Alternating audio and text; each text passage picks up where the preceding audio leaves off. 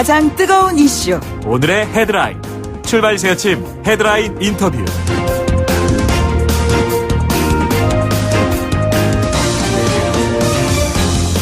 네, 강원도 강릉의 한 펫샵에서요, 강아지를 분양받은 여성이 환불을 거부당하자 강아지를 집어 던져서 숨지게 한 사건이 있었습니다. 어제 저희들도 뉴스 브리핑 시간 통해서 전해드렸죠.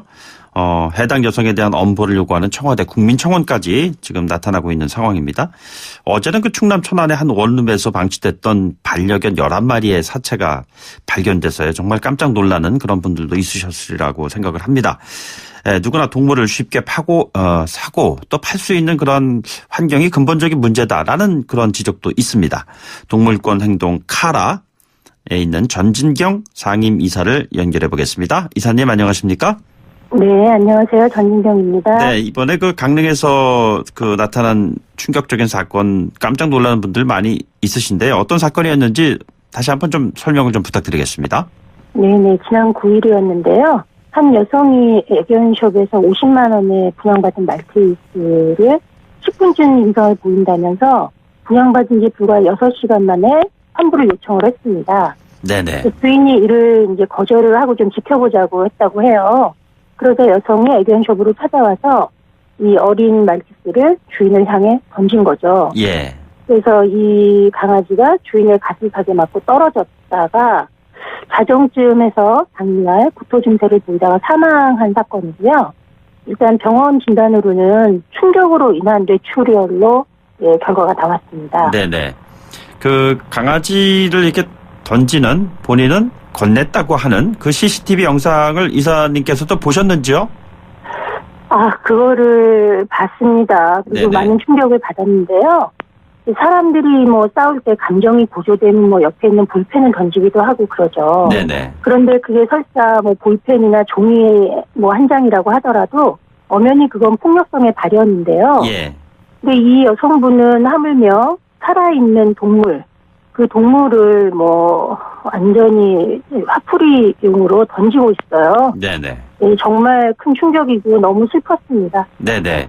근데 이 해당 여성이 그 환불 요청을 한 그 이유가 보면 강아지가 변을 먹는 행동을 보였기 때문이다. 이렇게 얘기를 하고 있어요. 이 발언이 어떤 배경에서 이렇게 나오는 것인지, 실제로 이런 그 동물들이 이 같은 행동을 할 경우에, 주인들은 그 반려견과 함께 지내는 사람들은 또 어떤 반응을 보이고 있는지 그것도 좀 궁금합니다. 지금 이 강아지가 애견숍 주장에 따르면 3개월령이라고 하잖아요. 네네. 근데 우리 그 동물보호법의 애견숍에서 판매할 수 있는 강아지는 이제 2개월령부터 판매가 돼요. 네네. 그런데 이제 강아지가 한 1개월령부터 3, 4개월령까지는요, 다 세상을 배워가는 시기입니다. 어미나 또 한배 새끼들이랑 주요한 사회화 과정을 거치는 시기이기 때문에 이 시기에는 모든 일들이 다 일어나요. 다양한 경험을 하게 해줘야 되고요. 네네. 근데 어린 강아지가 지금 똥을 먹었다고 하는데 이게 굉장히 이상한 일이 전혀 아니고요. 네네. 사람 아기가 바닥에 떨어진 오물 같은 거 무조건 입에 넣어보잖아요. 예. 그런 것과 크게 다르지 않은 것이에요. 네네. 그래서 이게 변을 먹는 행동이 권장할 일은 아니지만 큰 문제도 아니고요. 네네. 자연스럽게 교정이 가능하고요. 대부분의 합리적인 보호자들이 이런 행위에도 크게 놀라지 않고 어떻게 대처해야 되는지 알고 또 모르면 또 물어봐서 대처하기도 하고 자연스럽게 대응해서 이 어떤 보살핌을 주는 과정에서 행위를 교정을 하죠. 네네. 그래서 이게 지금 사실 어린아기가 오물을 입에 넣었다고 양육을 포기하거나 학대를 가하는 부분은 없지 않습니까? 예. 그런데 이 보호자는 지금 그런 어떤 변명을 하고 있는 건데 전혀 말이 안 되는 거죠. 네네. 그리고 또 다른 성견이 이런 모습을 보고 따라할까 봐 걱정됐다 그러는데요. 행동 방식이 어느 정도 성숙된 성견이 이렇게 어린 강아지가 한두 번 하는 행동을 보고 따라할 가능성은 없습니다. 그러니까 명백히 말도 안 되는 변명이에요. 예, 실제로 해당 여성 같은 경우에는 이전에도 강아지 분양받았다가 파기한 전력도 있었다고 그래서 계약서를 받아내고 분양을 했다고 그러는데 제가 듣기로는 외국 같은 경우에 동물권을 강조하는 그러한 나라 같은 경우에는 자국민이 아닌 임시로 체류하는 사람들에게는 그 반려견 또는 고양이 이런 그 동물들을 분양받을 수도 없다고 하더라고요. 그런데 이 같은 문제를 우리는 지금 어떻게 지금 진행을 하고 있는 것인지요?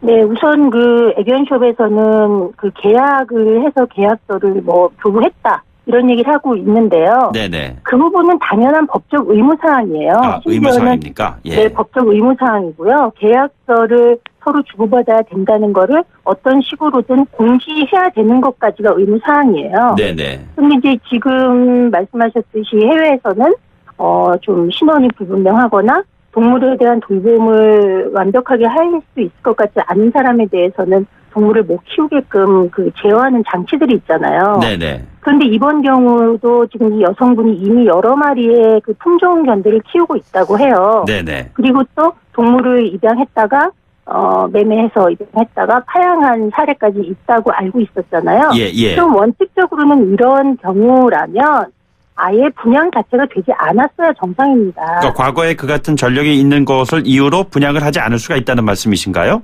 그게 돼야 되는데 네네. 우리는 선진국처럼 그러한 장치가 없기 때문에 이런 문제가 일어났고요. 네네. 그런 이제 파양의 전력이 있음에도 불구하고 또 다른 동물을 키우고 있음에도 불구하고 그냥 아무런 규제 없이 동물의 분양이 재분양이 가능했던 것이고 예. 그러니까 그런 성향을 갖고 있던 이 여성분이 그 성향을 이번에 발현을 해서 드러났을 뿐인 거지 이전에 키우고 있는 동물에 대해서 어떻게 하고 있는지 지금 사실 모르고 있는 것이에요. 네네. 그래서 우리는 지금 그 현행법상 이 영업자들에 대한 규제나 이런 것들이 이제 시작이 되고 있을 뿐 네네. 너무나 동물들을 보호하기 위한 장치로서는 부족한 부분이 많은 게 사실입니다. 그러니까 그 동물들을 그냥 사고 파는 그냥 하나의 그 대상이다 이렇게 바라보는 시각 문제가 있다고 한다면은 이게 네. 이런 그 생산, 판매 이것도 일종의 시스템일 텐데 이 같은 근본적인 네. 문제를 어떤 식으로 우리가 해결을 해 나가야 될까요? 일단은 문제가 너무 큽니다. 저희가 이제 2013년부터 지금까지 쭉 필드 조사를 해오고 있는데요. 무려 이렇게 동물을 생산해서 판매하는 업소들이 3,000여 개에 이르고 있다는 게 그 업계 자체 판단이에요. 네네. 그리고 또 그 가정분양이라는 허울을 쓰고 또 많은 또 분양자들이 또 있어요. 네네. 그래서 이게 생산업이 허가제로 전환되어 있기는 하지만 그 아직도 동물에 대한 이해나 또 이 윤리적인 관념이 좀 안 갖춰진 분들이 생산이나 판매에 많이 종사를 하면서 우리 사회에 정말 많은 동물들을 밀어내고 있는 거죠. 예. 이게 경매를 통해서 애견숍을 통해서 우리 사회로 판매되고 있는 동물들이 연간 한 20만 마리 정도가 되고 있다고 해요. 네네. 네, 그러니 이런 동물들을 제대로 키우고 보호하고 또 학대자를 처벌하고 그러기 위한 법제도는 미비한데 네네. 너무 많은 동물들이 사회로 아무런 준비 없이 들어오고 있는 거죠. 그러다 보니까 유기되는 동물, 학대받는 동물 이렇게 자격이 전혀 되지 않는 학대자, 보호자가 동물을 살 수 있는 이런 일까지 뭐 다빈돌이 일어나고 있는 그런 상황입니다. 아, 자, 지금 반려동물 입양과 관련해서 고민하는 분들에게 짧게 네. 조언 한 말씀 부탁드리겠습니다. 그러니까 우리가 배우자를 선택하거나 자녀 출산 계획을 세우는 것과 같다고 생각해요. 매우 가족을 들이는 거기 때문에 신중한 접근이 필요합니다. 네네. 그래서 반려동물을 사지 않고 입양하는 것은 선진 시민으로서 당연한 도덕적 실천이 되어야 한다고 생각하고요.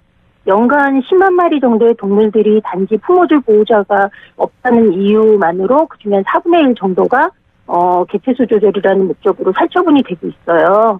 한편에서 그렇게 동물들이 죽어가고 있는 그런 상황에서 그 보호자분들이 동물을 펫샵에서 안 사고 버려진 동물들을 입양하는 것은 그 하나하나가 소중한 생명의 실천이고 또 우리 생명보호의 실천이고 우리나라 반려동물 문화를 끌어올릴 수 있는 가장 큰 견인차가 될 수 있다고 생각을 합니다. 네네.